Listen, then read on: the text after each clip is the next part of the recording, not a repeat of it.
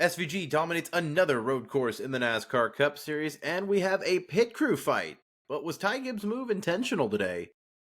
Welcome back to the Breaking Bob channel. Hope y'all are doing well on this Sunday night or whatever time it is around the world, wherever you're watching from. And another international win in the NASCAR Cup Series. Shane Van Gisbergen getting his third Cup Series win of the 2025 campaign. We'll get into all of that action from the Kiwis' dominance from Sonoma today. But of course, if you're new here, hit that subscribe button so you don't miss a thing as far as content-wise here at Breaking Bob. Always NASCAR content on a daily basis helps me out a ton as well. But yes, let's get into the main story today. Of course, Shane Van Gisbergen, his dominance continues in the Cup Series. The Summer of Shane, as I'm going to start calling it now, is, of course, NASCAR. 4 out of 9 races in the summer stretch are road course races. Should have spread it out. I love that they have more road courses in the series. I'm not with Brad Keselowski saying they need less, but back-to-back road courses, 4 out of 9 races in that stretch. It does get a little hard to swallow at times, a little bit hard to get through, and especially when it's Shane Van Gisbergen just absolutely dog-walking the field as he leads 97 out of the 110 laps from Sonoma. Just by far the class of the field today. So good that in stage 2, he pitted early, still got back and cycled out to win the stage, passing Kyle Larson on the last lap, who was trying to not pit the whole stage. SVG somehow still got around. The speed that 88 car was at today at Sonoma, just hard to argue that he was not the most deserving winner today once again. 3 straight road course victories, tying Jeff Gordon in NASCAR Cup Series history. Unprecedented what the Kiwi is doing from New Zealand, as the Australian Supercars former champion has now set his sights on America. And of course, he won it at Chicago a couple of years ago. 2024, it was about getting the ropes as far as the Xfinity Series, couple Cup Series starts here, there. And then 2025, thrown into the deep end. And yes, the ovals haven't been great to start, but he's coming away from Sonoma now, the 3 seed as far as the NASCAR playoffs are concerned right now, as far as points accumulated. Now, that may change. He still has Watkins Glen on the regular season, too. So for SVG, he's putting himself in a great position to just survive that first round to get to the round of 12, where, of course, everyone circled that Roval race to end that round. Shane Van Gisbergen is now potentially putting himself in not lock territory, because there's no such thing in the round of 16, but he's putting himself in great shape to where all he has to do is maintain in that first round. And returns Red Bull to victory lane for the first time in the NASCAR Cup Series since 2011, back in Phoenix in November. Casey Kane took that Red Bull car to victory lane, and long time overdue. Shane Van Gisbergen, though, 3 primary sponsors, 3 wins. He had that, I believe, of safety culture at Mexico, WeatherTech last week at Chicago. Now, getting that Red Bull scheme into victory lane at Sonoma, I have a feeling those diecasts are going to sell pretty well, but long time coming for Red Bull to get back into sport, an iconic partnership back in NASCAR with racing and Red Bull. It's great to see, and for Shane Van Gisbergen, what else can you say? Just the dominance there. It's unprecedented, but he had to earn it there, okay? He had to earn it. For as much as he dominated that race, those final few restarts there, ever since Cody Ware's tire went flying there after the lug nut went loose, it was not straightforward there. He had to hold off a hard-charging Chase Briscoe. He had field behind him that was riled up there. He had Chase Elliott on fresh tires that we'll get to in a second with the strategy call that, not sure if it was the right call or not by the 9 team, but it almost worked out in their favor. It wasn't like SVG just cruised toward the end there. It got frantic there as NASCAR threw the kitchen sink at him. And I've seen the discourse online. This race was boring. Oh, this is Sonoma. Da, da, da, da, da. I think it's just we're kind of fatigued of road courses. I get it with the schedule, how it's done. But if you take out SVG, which I know isn't fair to do you to take out the winner of this race, but if you take out SVG, this race did have some strategy. You were able to work your way through the field, especially with tire wear. The fall off at Sonoma today, the way Chase Elliott surged through the field late there, you could make something happen if you had the right timing and the right strategy call there. You had one guy that was head and shoulders above the field and is in a historic wave in NASCAR. I mean, nobody was complaining when DEI was sweeping the super speedways back in the mid-2000s. Were they? Maybe I'm just too young to remember. I was still 10 years old at the time. I was still just upset because Jeff Gordon wasn't winning consistently at the time. But regardless of that fact, and that's just aging me a little bit there, making me sound young depending on how old you are watching this, it just makes you think that, just appreciate the dominance that Shane Van Gisbergen has. And the broadcast probably didn't give itself any favor for sure with TNT today, but overall, I didn't think it was that bad of a race compared to a couple years ago at Sonoma, where that was the reason they had to implement stage cautions back into the Cup Series after they did it for a few races. And then I believe it was that Sonoma race that went caution free almost, that NASCAR was like, okay, we had to circle the field back up with these stage cautions there. Overall, SVG had to earn it today. When you have that Cody Ware incident where he has the tire loose, and then you have the field, do you pit, do you not pit? Chase Elliott was one of those cars in the top 5 that did pit. He had a top 3 strategy, probably going top 5 at worst on the day, and he ultimately did pit, and multiple cautions just cycled it to where he didn't have enough green flag laps in him to fully get to the bumper of SVG. Who's to say one less caution he might not have, but you could see how hard he was pushing late there, and even went off track coming up to the first, I believe it was turn 4, coming out of that first hill on the first part of the track there, and Elliott just looked like he was pushing too hard because he knew there was not enough time to actually get there. I believe he started 13th on that original restart after the pit cycle. Too little, too late, but I commend him. It's just some of these cars, you can't get the entire field to agree. If SVG stays out, the rest of the field should pit. But who's to say a guy like 20th, 25th shouldn't stay out and get that track position when you know there's going to be multiple cautions? It's a damned if you do, damned if you don't. But I do credit Chase Elliott for making the most out of it, still getting a chance there to scare SVG. And ultimately, we were still on the edge of our seat there with about 2 to go until Elliott did go off the track. Now let's cycle back to stage 2. One of the other notable stories from today was on pit road. Now it was Brad Keselowski and Ty Gibbs. Not necessarily the drivers themselves, although Ty Gibbs was the one that caused this.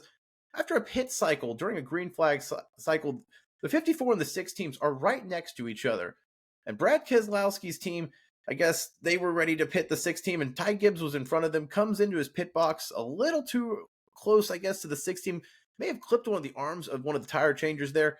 And immediately after a report from PRN comes out saying there's a fight on pit road. Now, TNT did get some footage later of the teams kind of squabbling there, and RFK actually tweeted then the full pit stop there where it shows Ty Gibbs cutting in, almost swerving a little too close to the RFK pit box there, and the RFK team there.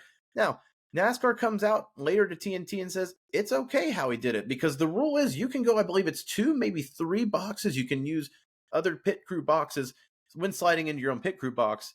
But it comes into question when you hit the pit crew or you hit their interference, that becomes equipment interference. Now, if he clipped the tire changer, that would have been equipment interference in theory. Now, no harm, no foul, NASCAR says. But you look at the video that RFK tweeted, and Ty Gibbs does come very close there. And this is also Ty Gibbs, who back in 2022 in the Cup Series had an incident on pit road at Texas with Ty Dillon where he was fined $75,000. He's a repeat offender.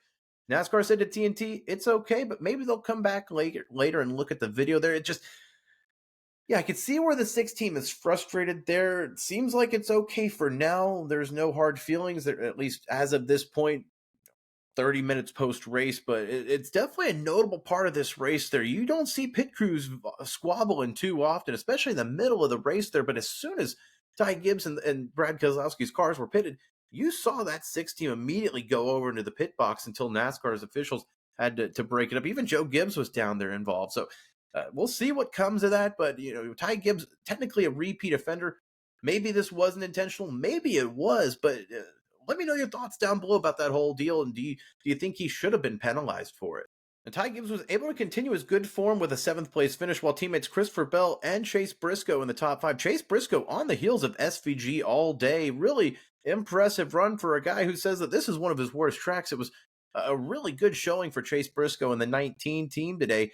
And Chase and Christopher Bell also overcoming a spin early on to get a top 5 result. And then Denny Hamlin somewhere back there with Joe Gibbs Racing, non-competitive compared to his teammates today. That was interesting.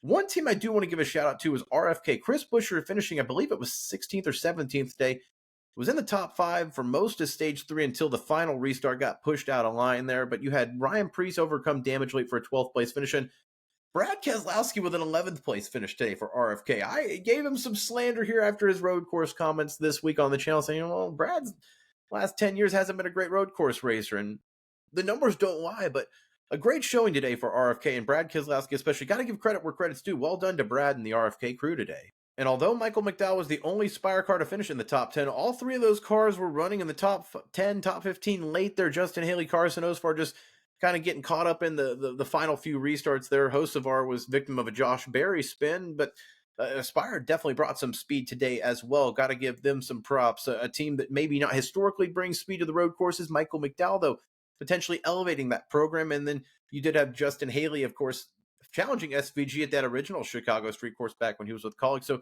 some guys that may not historically be road course ringers, but really good showing today for Spire overall. And while SVG was in victory lane, Daniel Suarez at P14, Ross Chastain finishing outside the top 20. Chastain did win stage 1. He stayed out to get that extra playoff point, stayed on some different strategies there, but also did spin Daniel Suarez out there. It was kind of the stack up there coming into that hairpin turn. They went and apologized to the 99 team, but Suarez, no comment on the radio. Just, you can definitely tell Suarez is just frustrated, I think, with the situation. He's ready for the fresh start wherever he goes there. I think at this point, it's just kind of getting through the season there, potentially maybe limping home a win one way or another. But you could tell Suarez just frustrated there. And to get spun by your own teammate there while Ross Chastain ends up winning a stage there, that's frustrating, definitely. And also in the NASCAR in-season bracket update, Ty Dillon defeats Alex Bowman on the final turn, giving him a little bump and shove to get by him right before the finish line there.